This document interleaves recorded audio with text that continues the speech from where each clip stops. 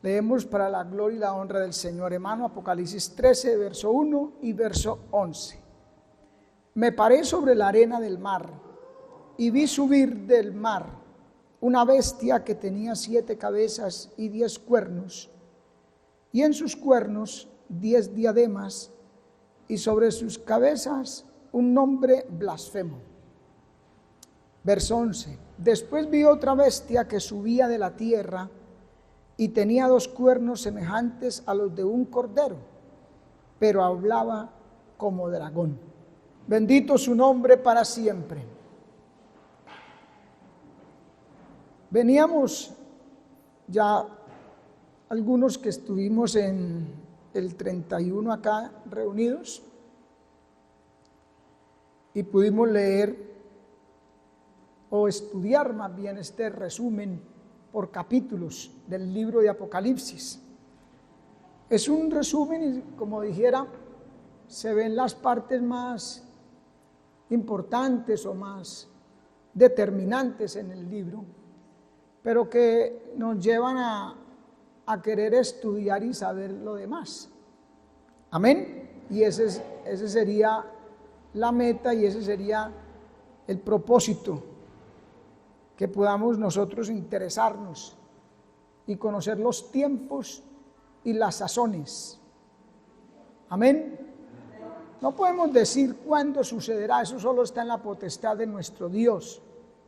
El día y la hora no lo sabemos, pero sí podemos discernir y ver cómo está el panorama mundial, cómo van las cosas, hermano, y que está pronto a suceder. Amén. El capítulo 13 nos habla de esas 2 grandes bestias que suben del mar y de la tierra. Dice, la bestia que sube del mar. El verso 2 dice, y la bestia que vi era semejante a un leopardo, y sus pies como de oso, y su boca como boca de león, y el dragón le dio su poder y su trono y grande autoridad. Ahí nosotros vemos que está empezando a identificar al anticristo, a quien el dragón le da su poder.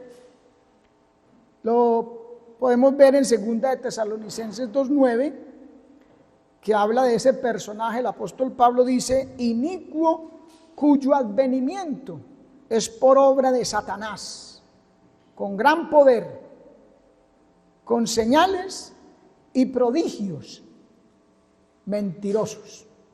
O sea, se le va a dar poder al diablo, al anticristo, el diablo le transmite al anticristo, de hacer hasta milagros y prodigios, pero que son mentirosos, son engañadores, para desviar, para engañar a la gente. Y por eso uno no puede guiarse o basarse en que aquel o aquella persona o aquel hombre hace milagros y todas esas cosas, porque la Biblia dice que es por los frutos que los vamos a conocer. Y lo mismo sucederá en aquel tiempo, que ojalá ninguno de nosotros estuviera ahí, pero por los frutos se conoce siempre al que es de Dios y al que no. Amén. El verso 7 dice, y se le permitió hacer guerra contra los santos y vencerlos. Imagínense el poder que se le va a dar, que se le va a otorgar, hasta vencer a los fieles, a los santos. Esa es la bestia que sube del mar, el anticristo. Amén. La bestia que sube de la tierra, el falso profeta, que hace que todos adoren a la primera bestia, o sea, al anticristo. Mateo 7:15 dice, guardaos de los falsos profetas, que vienen a vosotros como vestidos de ovejas, pero por dentro son lobos rapaces. Este trae 2 cuernos que señalan 2 personalidades para engañar. Parece cordero, parece como que es de Dios o hace cosas como los milagros y los prodigios, entonces la gente fácilmente se deja llevar y cree que es de Dios. Pero resulta que no es cordero. Lleva 2 cuernos como de cordero, pero habla como león. Verso 16 dice, y hacía que se les pusiese una marca en la mano derecha o en la frente, el número de la bestia, 666. Y nadie podrá comprar ni vender, sino solo el que tenga aquella marca. Eso lo hace el falso profeta para poder reclutar y tener la gente para el anticristo. Amén. Aleluya.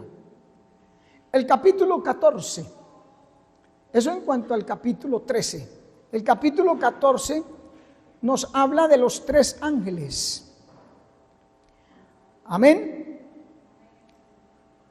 Primero nos habla también de los 144,000, que ya vimos parte cuando mirábamos los sellos, vimos parte y en el capítulo 7, primicias para Dios y para el Cordero. Pues en sus bocas no fue hallada mentira, pues son sin mancha delante del trono de Dios. Esos 144,000 que ya vimos que son israelitas, 12,000 de cada tribu, no fueron escogidos al azar, así porque Dios quería que fueran los integrantes del pueblo de Israel. No, es porque era gente fiel, consagrada a Dios. Imagínense que dice que en su boca no fue hallada mentira. Aquí en el capítulo 14 dice que no se contaminaron con mujeres, eran fieles a Dios. Por eso Dios los escoge como los predicadores del reino de Dios, del evangelio del reino, durante la tribulación, al menos durante un periodo. También el capítulo 14 nos habla de los 3 ángeles. Primero, el ángel predicador. El verso 6 dice, vi volar por en medio del cielo a otro ángel que tenía el evangelio eterno para predicarlo. Amén. El ángel anunciador, capítulo 14, verso 8. Otro ángel le siguió diciendo, ha caído Babilonia, la gran ciudad. Está haciendo un anuncio de algo que va a suceder ya en estos 3 años y medio finales de la tribulación. Y también tenemos el ángel del juicio, verso 9. Y el tercer ángel lo siguió diciendo a gran voz, beberá del vino de la ira de Dios. Recordemos que en la segunda parte de la tribulación están los juicios de las 7 copas, que la Biblia llama las copas de la ira de Dios. Ahí se consuma todo el misterio de Dios y se da fin a la tribulación con el derramar de esas copas. Entonces aquí dice que esa ciudad de Babilonia, que nos muestra, y vamos a mirar en el capítulo 17, primero dice un ángel que ha caído, y otro dice que Dios le va a dar a beber el vino de la ira de Dios, de su ira. Amén, porque ya también vimos que los juicios son las copas, las trompetas son juicios. En la tribulación va a haber puro derramamiento de juicios por el pecado y por la maldad del ser humano y en respuesta a las oraciones de su pueblo. Amén. Y por último, en este capítulo 14 tenemos la tierra cegada. Verso 14 dice, miré y aquí una nube y al Hijo del Hombre que tenía en la mano una hoz aguda. Verso 18, y salió otro ángel y llamó a gran voz diciendo, mete tu hoz y vendime a la tierra. Esa es una metáfora, un simbolismo de que Dios, como dijera allí en Juan capítulo 4, alzad vuestros ojos y mirad los campos que ya están blancos, que ha llegado la siega. Entonces está hablando de eso, de vendimiar la tierra, de sacar las uvas, o sea, de recoger el fruto. Ya ha llegado al punto en que Dios tiene que derramar su juicio. Uno ve la misericordia de Dios, como dice la Biblia, que Dios es tardo para la ira y pronto en misericordia. Pero la paciencia de Dios también tiene un límite. Y llega un momento en que ya el colmo llega a la presencia de Dios y Dios tiene que derramar el juicio, aunque no quiera. Pero el hombre nunca le ha hecho caso, nunca se ha vuelto a Dios. Dios tiene que actuar de esa manera. Eso lo vemos en el caso de Sodoma y Gomorra, que dice que la maldad de los hombres era grande en gran manera y que subió a la presencia de Dios, y entonces Dios tuvo que derramar sobre ellos fuego y azufre. Amén.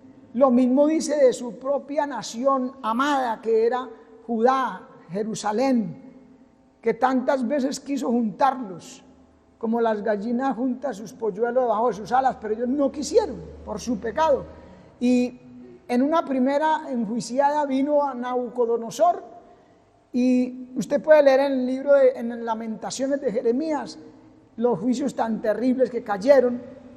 Y luego en los tiempos de nuestro Señor Jesucristo, pasados unos años, cuando Tito, el emperador romano, invade a Jerusalén en el año 70 después de Cristo, la terrible matanza que hubo, hermano. Porque, repito, la paciencia de Dios llega a su límite también, tiene un límite. Amén. Él quiere que todos procedan al arrepentimiento. Él quiere dar bendición. Él no quiere, como le dice a través de Ezequiel, dice, porque no quiero la muerte del pecador, sino que se arrepienta y viva. Pero si el hombre, el pueblo, la nación, la iglesia no quiere, Él tiene que derramar su juicio, porque Él es justo y da a cada uno según sea su obra.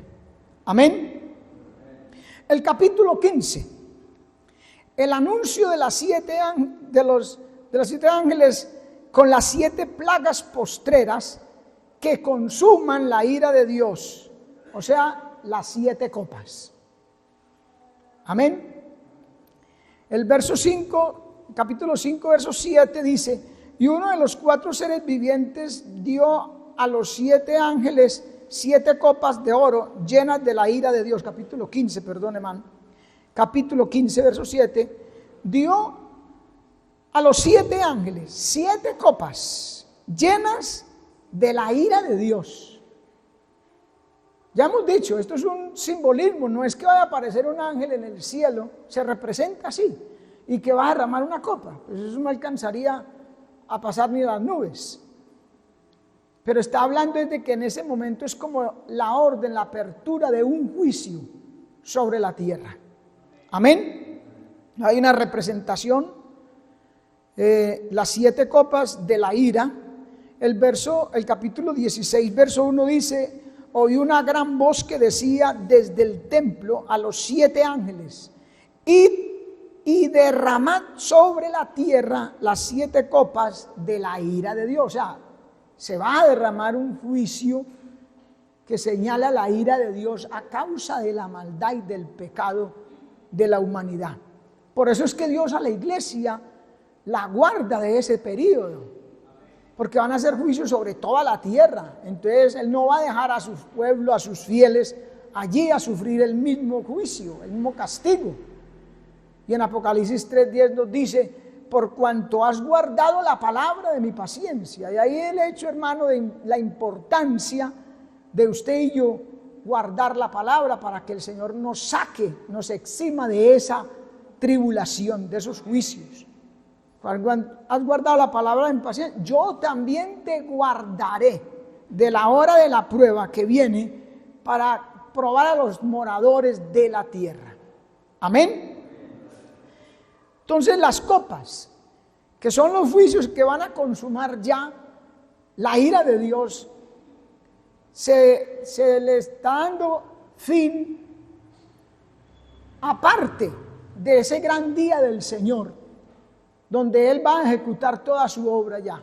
Lo que ha hablado desde la antigüedad a través de los profetas y aún de los apóstoles, que nosotros leemos en su palabra y somos testigos, va a realizarlo el Señor.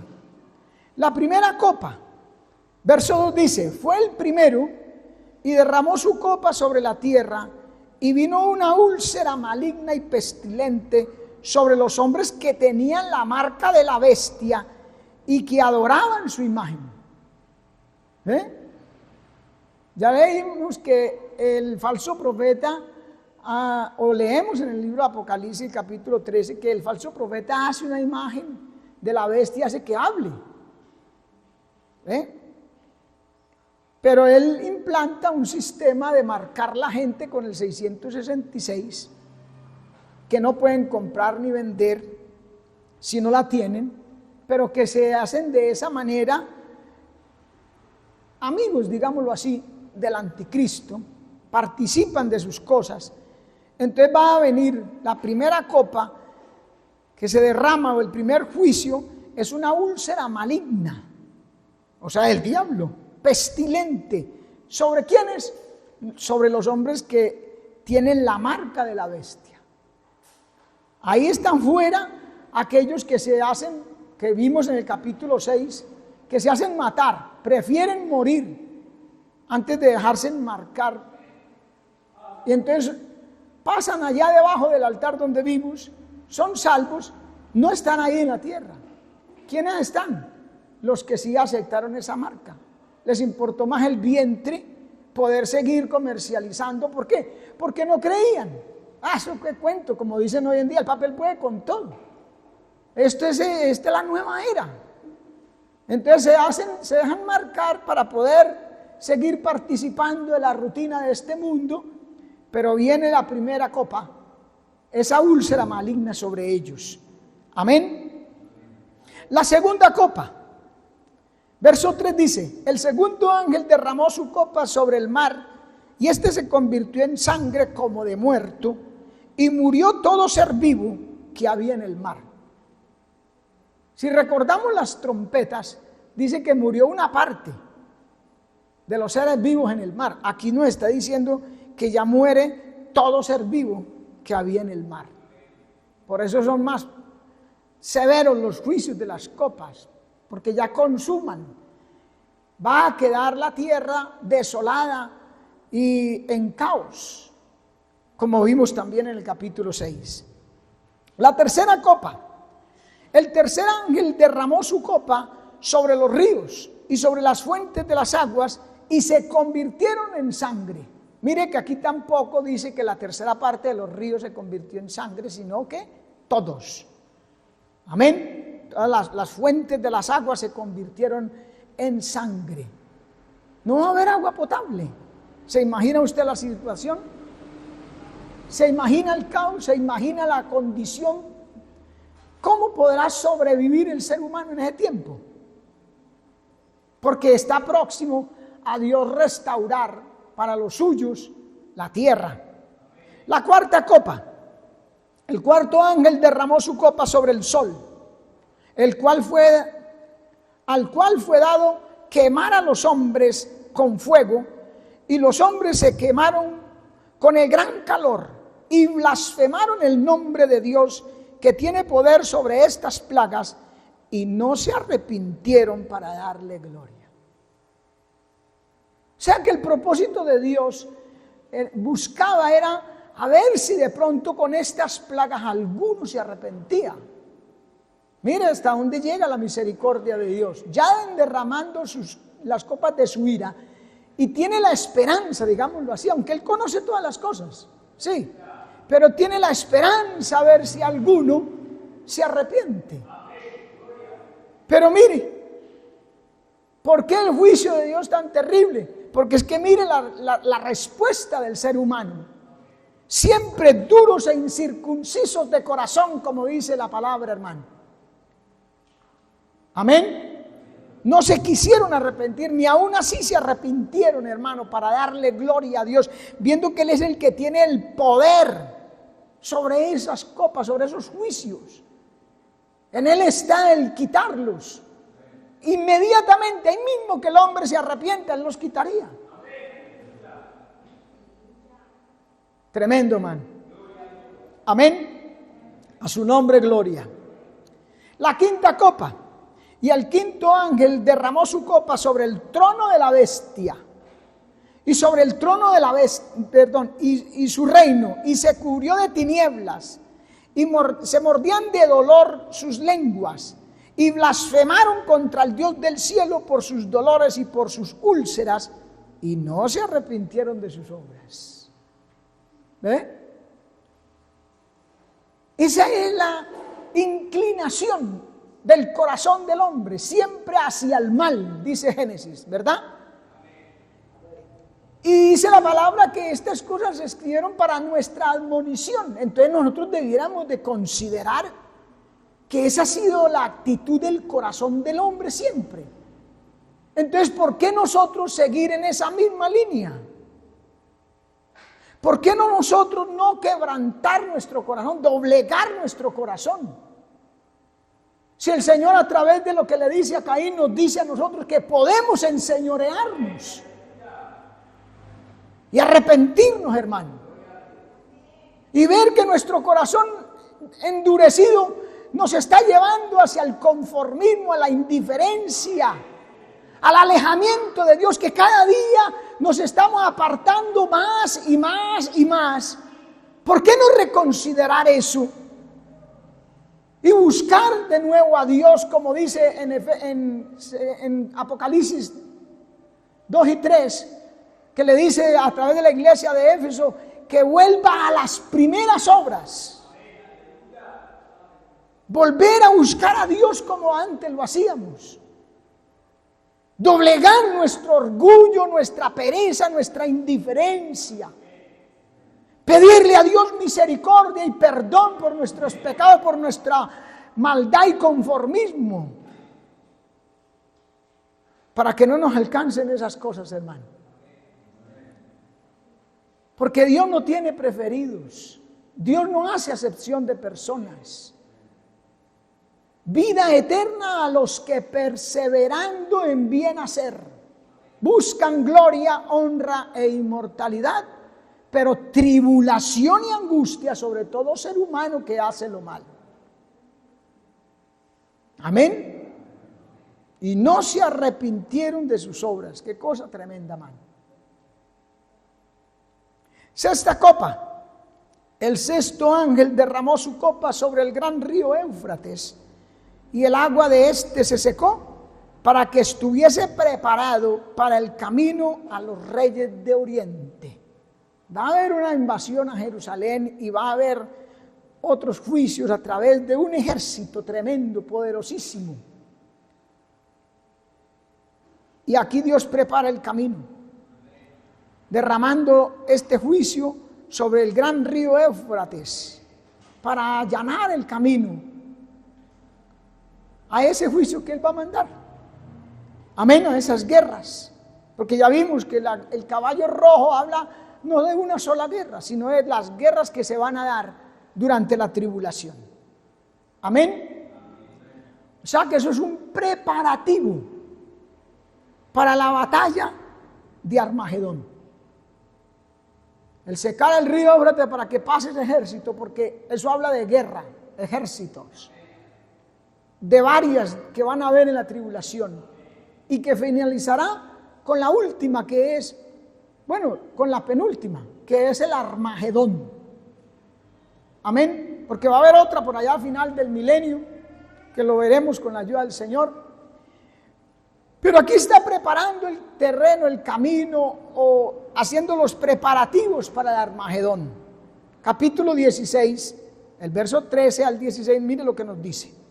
Y vi salir de la boca del dragón, el diablo, y de la boca de la bestia, el anticristo, y de la boca del falso profeta, 3 espíritus inmundos a manera de ranas, pues son espíritus de demonios que hacen señales, y van a los reyes de la tierra en todo el mundo, para reunirlos a la batalla de aquel gran día del Dios Todopoderoso. Cuando Cristo viene, se da el Armagedón. Entonces está preparando para ese gran día. Y por eso el Señor vuelve, hermano, en su misericordia a exhortar a su pueblo, a decir: he aquí yo vengo como ladrón. Bienaventurado el que vela y guarda sus ropas, para que no ande desnudo y vean su vergüenza. Mire, un llamado en medio de ese caos, de los juicios, de todo lo que sucederá. Le hace un llamado a su pueblo a apartarse del mal, a guardarse en pureza, en santidad. Amén. A su nombre, gloria. Y luego dice: y los reunió en el lugar que en hebreo se llama Armagedón. Monte de Megiddo significa eso. Allí será la batalla que librará el Señor Jesucristo contra el anticristo y todos sus secuaces: el dragón, la bestia y el falso profeta, la Trinidad diabólica, dando su mensaje a los reyes de la tierra. El diablo siempre imitando la obra de Dios para poder engañar. Amén. Bendito el nombre del Señor. La séptima copa. Y el séptimo ángel derramó su copa sobre el aire, y salió una gran voz del templo, del cielo, del trono, diciendo: hecho está. Entonces hubo relámpagos y voces y truenos y un gran temblor de tierra, un terremoto tan grande cual no lo hubo jamás desde que los hombres han estado sobre la tierra. Miren que aquí nos está llevando al capítulo 6, donde dijimos que ese era el panorama del caos general de la tribulación y cómo va a quedar la creación debido a esos juicios. Miren, aquí ya como que está terminando. Miren, un terremoto tan grande cual no hubo jamás desde que los hombres han estado sobre la tierra. Miren, hagamos la comparación. Capítulo 6, 12 al 14 dice: miré cuando abrió el sexto sello, y aquí hubo un gran terremoto, y el sol se puso negro como tela de silicio, y la luna se volvió toda como sangre, y las estrellas del cielo cayeron sobre la tierra, como la higuera deja caer sus higos cuando es sacudida por un fuerte viento. Y el cielo se desvaneció como un pergamino que se enrolla, y todo monte y toda isla se removió de su lugar. Si eso hubiera sucedido comenzando la tribulación apenas, entonces claro, no había quedado nada para donde hacer juicios. Pero nos estaba hablando era del panorama general. Y aquí en el capítulo 16, verso 19 dice: y la gran ciudad, hablando de ese terremoto que hubo, que no había habido otro igual, dice: y la gran ciudad fue dividida en 3 partes, y las ciudades de las naciones cayeron, y la gran Babilonia vino en memoria de delante de Dios para darle el cáliz del vino del ardor de su ira. Por eso es que el siguiente capítulo nos habla ya de cómo fue destruida tanto el sistema como la ciudad de Babilonia, que es simbólico, es una metáfora hablando de, enseguida lo veíamos, de ese sistema religioso y la ciudad y el sistema político de esa ciudad. Vino en memoria delante de Dios para darle el cáliz, no se le olvide esa palabrita cáliz, que es simbólica también, del vino del ardor de su ira, y toda isla huyó, mire, y los montes fueron hallados. No fueron hallados, y cayó del cielo sobre los hombres un enorme granizo como el peso de un talento, y los hombres blasfemaron contra Dios por la plaga del granizo, porque su plaga fue sobremanera grande. Claro, ya está consumando ya, es la séptima copa. Amén. Es finalizando ya la tribulación. Tremendo. Capítulo 17. Condenación de la gran ramera. El capítulo 17 nos habla del sistema religioso romano. Y se puede distinguir, como vamos a ver. La Biblia lo señala. No es que a uno se le venga a la cabeza que, ese es Roma porque el enemigo es esto o es aquello. No.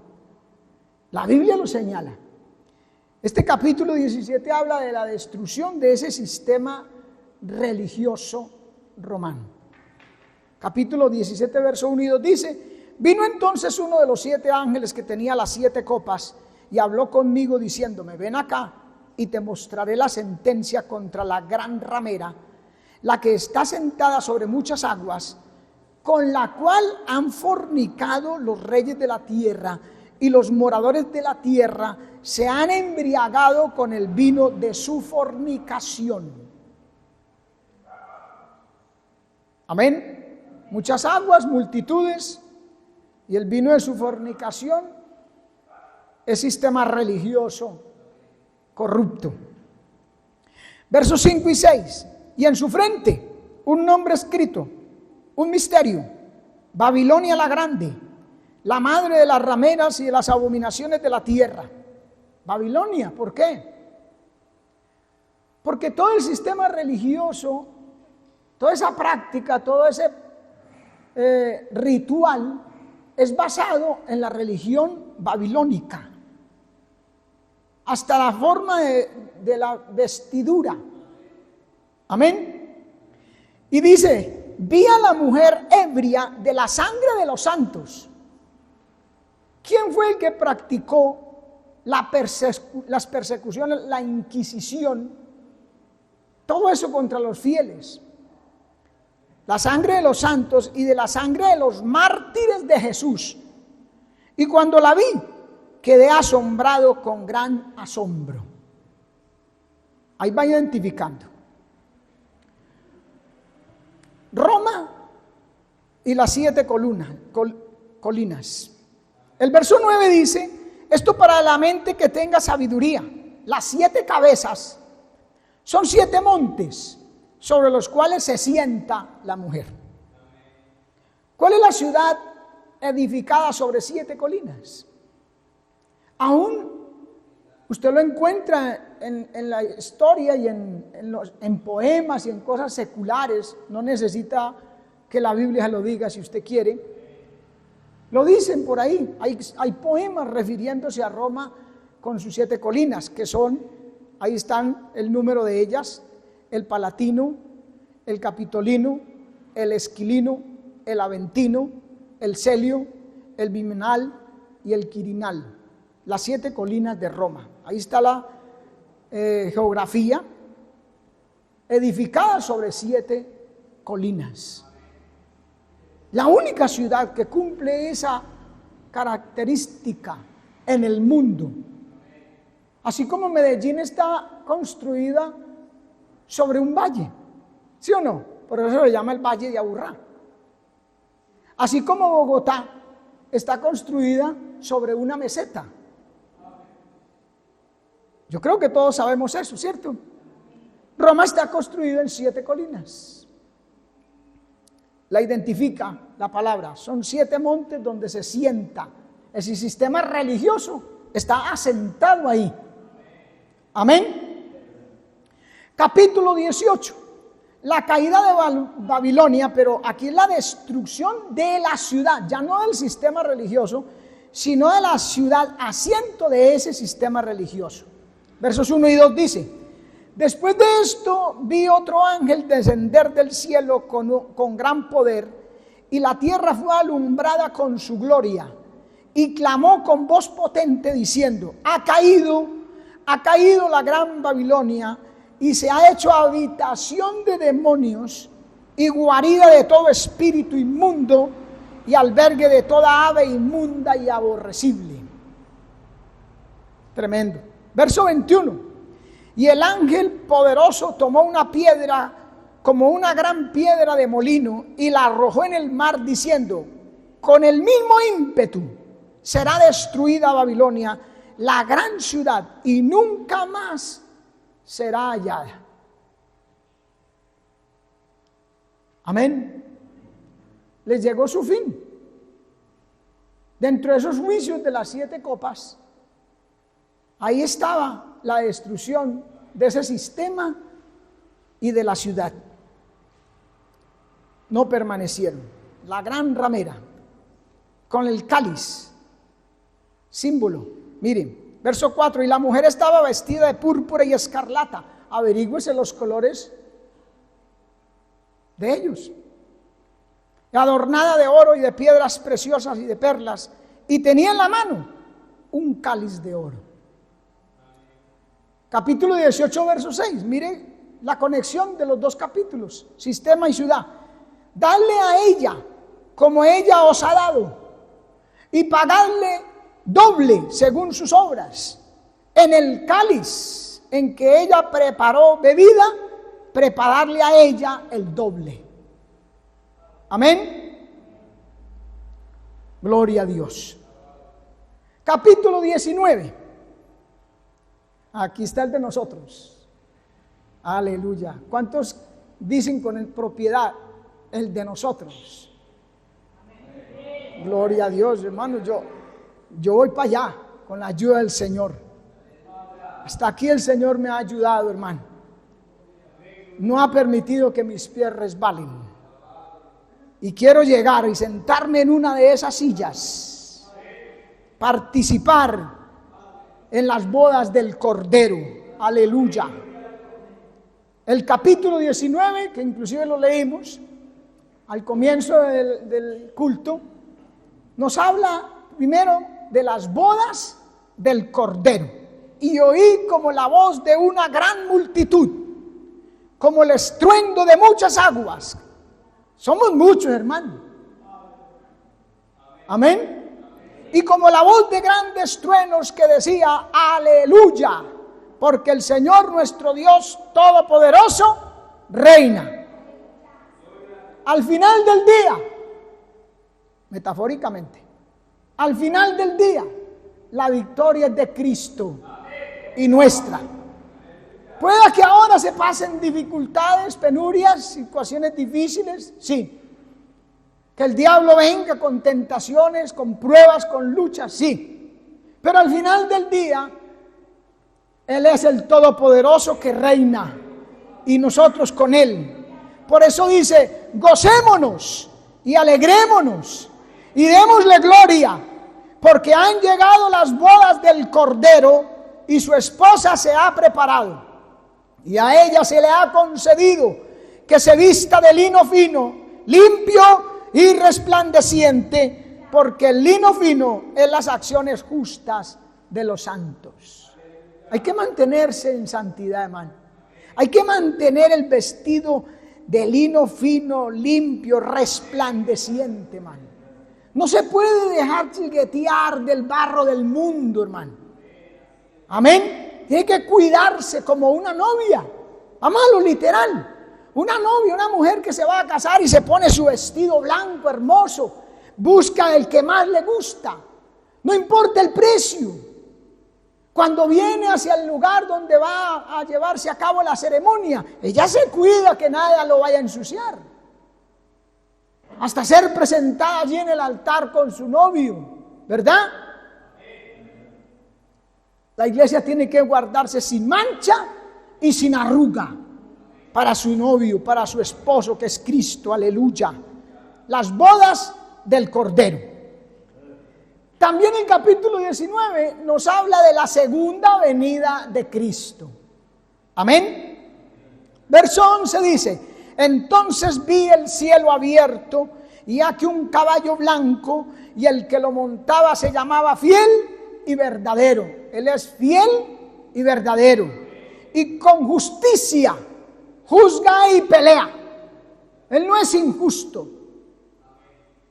Él no le va a dar a aquel que no merece algo, o no le va a dar algo que no merece. No. Él es justo. Con justicia juzga y pelea. viene en un caballo blanco, con un ejército detrás, la iglesia. Un ejército vestido de lino fino, blanco y resplandeciente. Ya vimos que la novia se viste así. Pero también ángeles detrás. Porque Él viene y ahí es donde el anticristo reúne su ejército para ir a hacer guerra a ese que venía con el caballo blanco, que venía en el caballo blanco. Y lo vamos a ver enseguida. Amén. La segunda venida triunfante, gloriosa. Ya no a morir en la cruz por nuestros pecados. Ya lo hizo. Ahora viene a llevarnos a reinar. Se casa las bodas místicas en el reino de los cielos y ahora entrar al milenio a reinar por 1000 años en esta tierra y luego por la eternidad. Bendito su nombre para siempre. Y lo tercero es el Armagedón. Terrible, mire. Verso 19. Y vi a la bestia, a los reyes de la tierra y a sus ejércitos reunidos para guerrear contra el que montaba el caballo blanco y contra su ejército. Oye, qué terrible osadía y terquedad. Todo lo que les ha hecho, que les mandó úlceras solo a ellos, les mandó tinieblas solo a ellos, mandó el sol a que los quemara solo a ellos, y todavía creen que le pueden hacer guerra a Cristo. Dios mío bendito, mire hermano, no pensemos así, no seamos así. Lo único que nosotros podemos hacer delante de Cristo, aún nosotros, aquí en nuestra condición, es agachar la cabeza y humillarnos. Amén. Humíllense en la presencia del Señor. Amén. ¿Qué pide Jehová de ti? Que te humilles delante de Él. Eso dice la Biblia, hermano. Amén. Pero esta gente, claro, están enceguecidos, engañados por el diablo y todavía creen que pueden ganar. Aleluya. Versículos 20 y 21, miren lo que les pasó. Y la bestia fue apresada, y con ella el falso profeta que había hecho delante de ella las señales con las cuales había engañado a los que recibieron la marca de la bestia y habían adorado su imagen. ¿Qué pasó? Los engañó el falso profeta. Amén. Estos dos, el anticristo, la bestia y el falso profeta, fueron lanzados vivos dentro de un lago de fuego que arde con azufre, y los demás fueron muertos con la espada que salía de la boca del que montaba el caballo blanco. La espada, la palabra, hermano, de Cristo. Y todas las aves se saciaron de las carnes de ellos. Amén. Así va a terminar la cosa, hermano. Esto no es un sueño, una utopía o algo por allá inventado. No, esto lo dice la Biblia, la palabra de Dios se cumple. El Señor Jesucristo decía, porque lo que está escrito de mí tiene cumplimiento. Amén, hermano. Esto no es una falacia, una imaginación humana. Ese es el final. La batalla de Armagedón y el lago de fuego y azufre. Para los impíos, para los que no se arrepienten, para los que no se guardan para Dios. Amén. Capítulo 20, el milenio.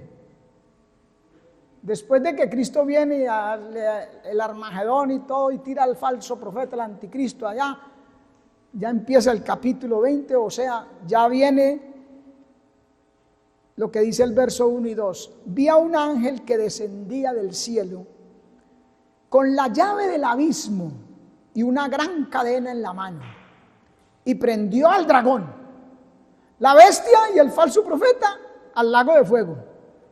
Al dragón todavía Dios lo necesita, porque es que él tiene que hacer lo que Dios necesita que haga. Él no hace lo que se le viene en gana. Una gran cadena en la mano y prendió al dragón, la serpiente antigua. Mire que le está aclarando, le está diciendo a quién se está refiriendo, que el dragón no es un animalito que apareció por ahí en la tribulación. No, la serpiente antigua, la que tentó a Adán y a Eva. El diablo y Satanás. ¿Y qué hizo con él? Lo ató por 1000 años. Esto no es simbólico, hermano. 1000 años literales. Antes de la eternidad viene un reinado de Cristo sobre la tierra durante 1000 años. Amén. Atado el diablo por 1000 años. Ahí vemos una representación cómo lo atan en el pozo del abismo.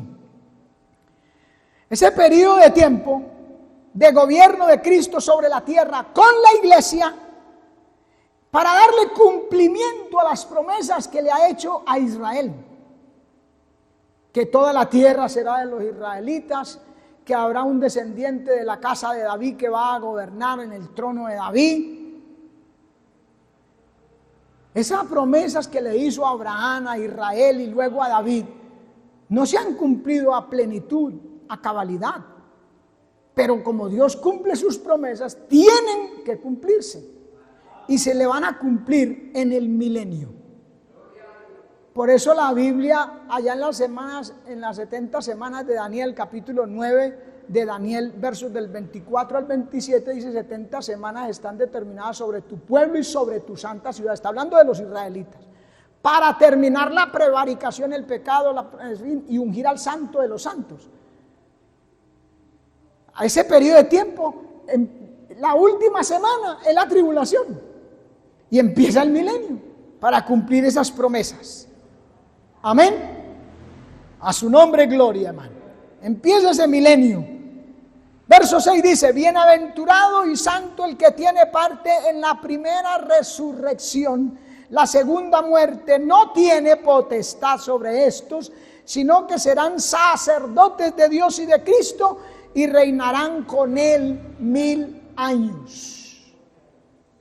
1000 años reinarán con él los que recibieron facultad de reinar. Amén. Luego dice la derrota de Satanás. Dentro de ese milenio, el capítulo 20 de Apocalipsis también nos habla de la futura y final derrota de Satanás. Verso 7: cuando los 1000 años se cumplan. Hagamos un paréntesis acá. En este momento,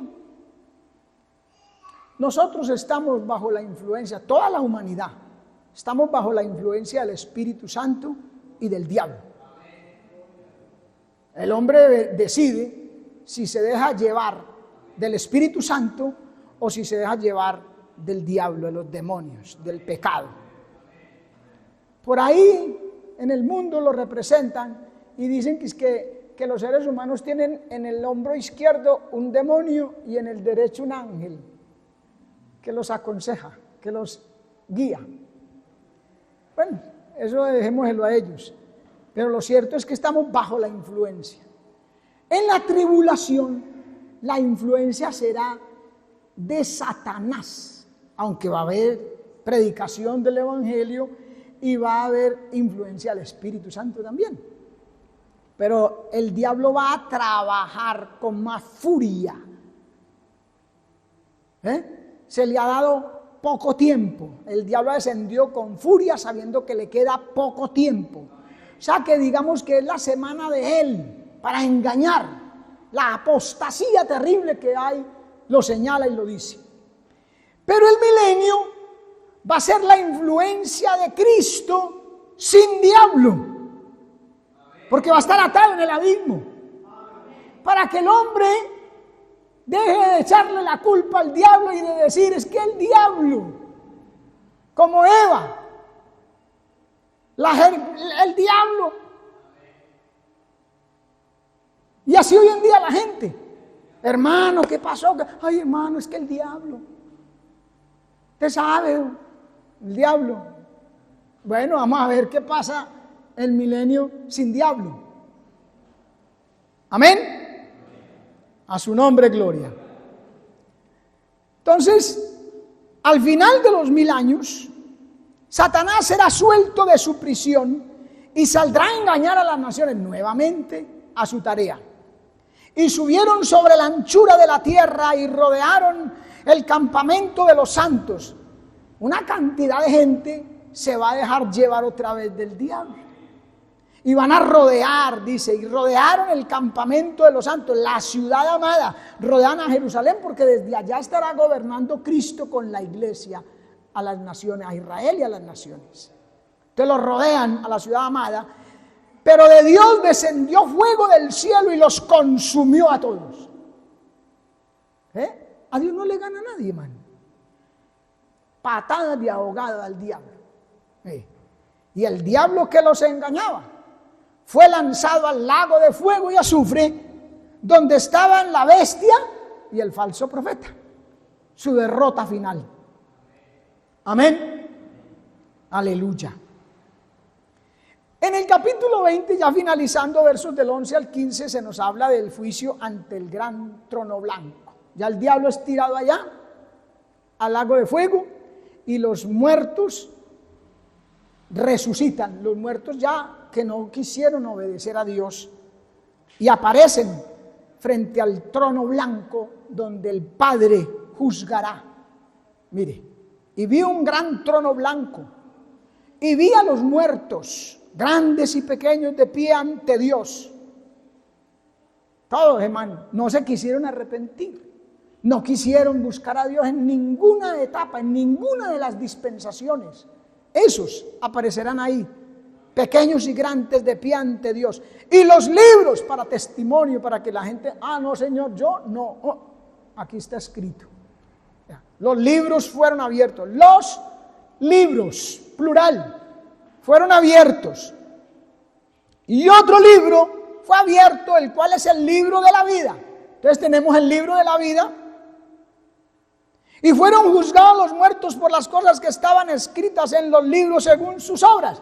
Tenemos el libro de las obras, o los libros de las obras, y la Biblia del Señor Jesucristo. Esta palabra que yo les he hablado, esta os juzgará en el día postero. Estará abierta la palabra de Dios también allí, para ese juicio, para ese tribunal, porque es que, hermano, Dios es justo, es el juez justo.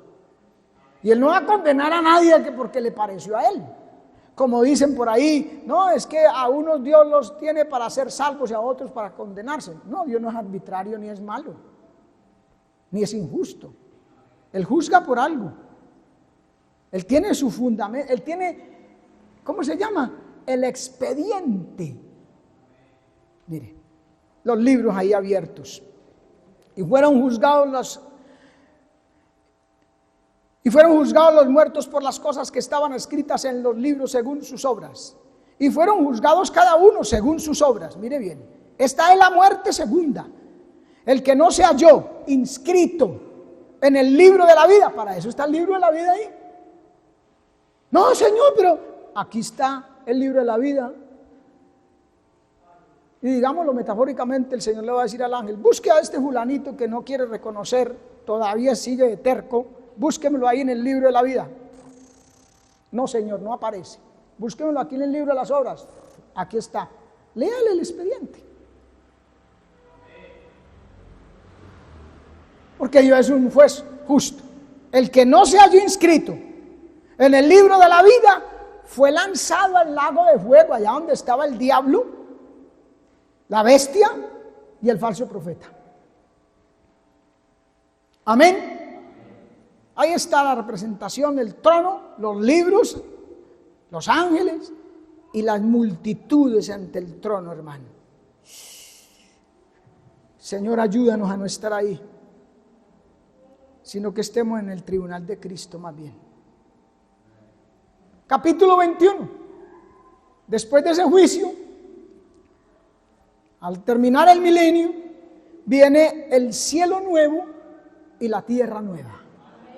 Porque Dios va a restaurar todo, hermano. Él no deja la tierra así como quedó, no. Apocalipsis 21:1, y vi un cielo nuevo y una tierra nueva, porque el primer cielo y la primera tierra pasaron y el mar ya no existía más. Qué bueno es el Señor. En ese nuevo cielo y nueva tierra habrá una nueva Jerusalén. Amén. Y me llevó en el espíritu a un monte grande y alto, y me mostró la gran ciudad santa de Jerusalén, que descendía del cielo de Dios. Oiga, man, así como allí en el capítulo 20 nos muestra que todo el que no se haya inscrito en el libro de la vida fue lanzado al lago de fuego, aquí nos advierte a nosotros, dice, verso 21-27, no entrará en ella ninguna cosa inmunda que hace abominación y mentira. ¿Por qué hago énfasis en mentira? Porque la gente dice, hermano, eso no tiene chiste, una mentirita piadosa. Yo no encuentro mentiras piadosas. Lo que yo encuentro es que la gente debe ser piadosa. Nosotros, las personas, debemos de ser piadosos. Las mentiras no son piadosas, las mentiras son mentiras. Y dice que no entrará en la ciudad santa nueva de Jerusalén ninguno que hace mentira. Amén. ¿Quiénes entrarán? Solamente. Clasifica. Solamente los que están inscritos en el libro de la vida del Cordero. Por eso es que el Señor Jesucristo le dijo a sus discípulos, porque ellos salieron contentos, que porque echaban fuera demonios y hacían milagros y predicaron, Señor, aún los demonios se nos sujetan en tu nombre. ¡Qué bendición! ¡Gloria a Dios! Es que eso es bueno. Es bueno que Dios le hable a uno en profecía, ver milagros, que Dios lo respalda y que lo apoya. Pero ¿qué le dijo el Señor a ellos? No se gocen tanto de eso, no se alegren tanto por eso. Gozaos más bien de que vuestros nombres estén en el libro de la vida, no sean borrados de ahí, porque se puede borrar. Dios le dijo a Moisés, porque Moisés le dijo, si usted no perdona a este pueblo, entonces bórrame de tu libro. ¿Y qué le dijo Dios? Aquel que pecare contra mí, a ese raeré yo de mi libro. Hay que cuidar, hermano, que nuestro nombre se mantenga ahí. Señor, que no se borre, que esté ahí, ayúdame. Mantenernos fieles a Dios, hermano. Amén. Porque si no, no entraremos al lago de fuego. Capítulo 22, la eternidad. Maravilloso el nombre del Señor. Capítulo 22, verso 4, y verán su rostro, y su nombre estará en sus frentes. No habrá allí más noche, y no tienen necesidad de luz de lámpara, ni de luz de sol, porque Dios, el Señor, los iluminará, y reinarán por los siglos de los siglos.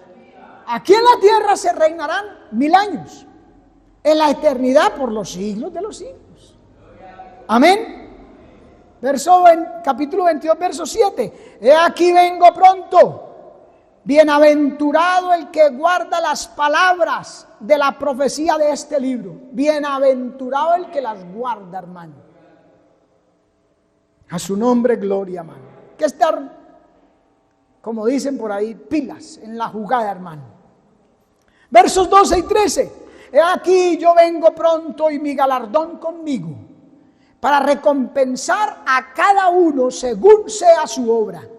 Yo soy el alfa y la omega, el principio y el fin, el primero y el último. Verso 14, mire que varias amonestaciones ya finalizando el libro que Dios nos da a través de su siervo Juan en este libro. Mire, bienaventurados los que lavan sus ropas, para tener derecho al árbol de la vida y para entrar por las puertas en la ciudad. Y el verso 17 nos dice, y el espíritu y la esposa. ¿Cuál es la esposa? Nosotros. O sea que nosotros debemos decir, mire, y el espíritu y la esposa dicen, ven. Y el que oye diga, ven. Y el que tiene sed, venga. Y el que quiera tome del agua de la vida gratuitamente. El don de Dios, hermano, el regalo de Dios gratuitamente. La paga del pecado es muerte, mas la dádiva de Dios es vida eterna en Cristo Jesús, Señor nuestro. El fin. Amén.